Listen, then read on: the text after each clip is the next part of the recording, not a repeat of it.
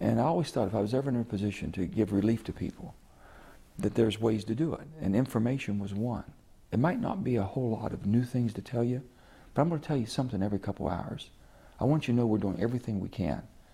And anything you've heard, you have any questions, you ask us. If I don't have the, I'll find out. Because I'm at the command center at Sago and Aracoma and Upper Bay. I can find out. And I want you to have the facts. I'm not going to talk to the press until I talk to the families. So that was, I knew that I learned that basically from watching my mother and my aunt in the agony they went through, not knowing anything. And then they heard the mine was going to be sealed, basically entombing my uncle and all that, because it was so dangerous. But I learned from that, and I figured there was a way, and I knew one thing, that families depend on that paycheck. And if I could do anything as a governor, that I'm going to sit down with the people who are the owners of the mines and say, I'm going to ask you to do one thing. You make sure they never miss a paycheck. You make sure they don't miss a paycheck. If you want to compound the problems that we have right now, if this family can't take care of itself through its most difficult times until we can get all this straightened out, you've got to continue a paycheck as if not a thing happened. And I knew that. I knew that that was just part of our way of life. And, you know, people, they need that. And they had to take care of their families and themselves. So some of those things came back because of my experiences and living in the coal fields and being around it. And I would have never, you could have never learned that. No one could have taught it to you unless you lived it. Is it safer today to be a miner? Absolutely. Absolutely. And we're getting safer. I've always said this, if you can't mine it safe, don't mine it. But you know what?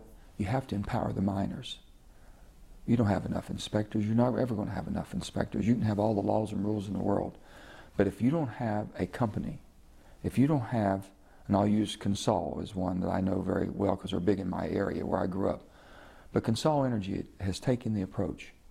If one person sees an unsafe situation, they can pull the plug and shut the mine down. Now you've heard other situations where if a person tried to stop a shift or shut a mine down, they'd be fired or threatened of losing their job. That's what we had to change. That was what has to be changed, and I think it has. Miners, I put up hotlines that kept them protected. I wanted them to let me know if they were in an unsafe condition, but they were afraid of their job. We had to change that whole attitude, and I think we have. And we're doing things by law, too, to make it safer. But the bottom line is that we have some of the best miners in the world. We really do. These are the salt of the earth. These are the most, they're as patriotic as our veterans. And I say that with all the respect and love for our veterans, because most of our miners are veterans. But they look at mining as what they're doing for this country and the energy that they provide for this country. If it wasn't for the mines and the miners, you wouldn't have the economy. We wouldn't have the country we have today. We wouldn't be the greatest economy in the world. They were able to give us affordable, dependable, and reliable energy. And the thing that I have a hard time here in Washington is fighting and making people understand that coal is still part of this mix. It's the largest part of our energy mix. Work with me, not against me. Don't make it more difficult. You know, help me find the technology that we can continue to clean up the environment. We've done more in the last 2 decades than ever in the history. And we can even do more. But we'd like to think we'd have a partner. And right now in West Virginia, we think that that our government's working against us. And I got to be honest with you, I think they are too. And I'm trying to keep every door open I can work with them, but I'm not going to sit back and them not know what we do and how hard we do it and how much energy we provide for this country. And the coal that makes distill, some of the best coking coal in the world comes out of West Virginia. So our little state's done some heavy lifting, and we don't mind that. We're good workers. We'll still do the heavy lifting. But we'd like for someone just to recognize and appreciate it without condemning us. So based on all of that, you've been in Washington now for a couple of years. Is the Senate what you expected? Is Washington what you thought it was going to be? No.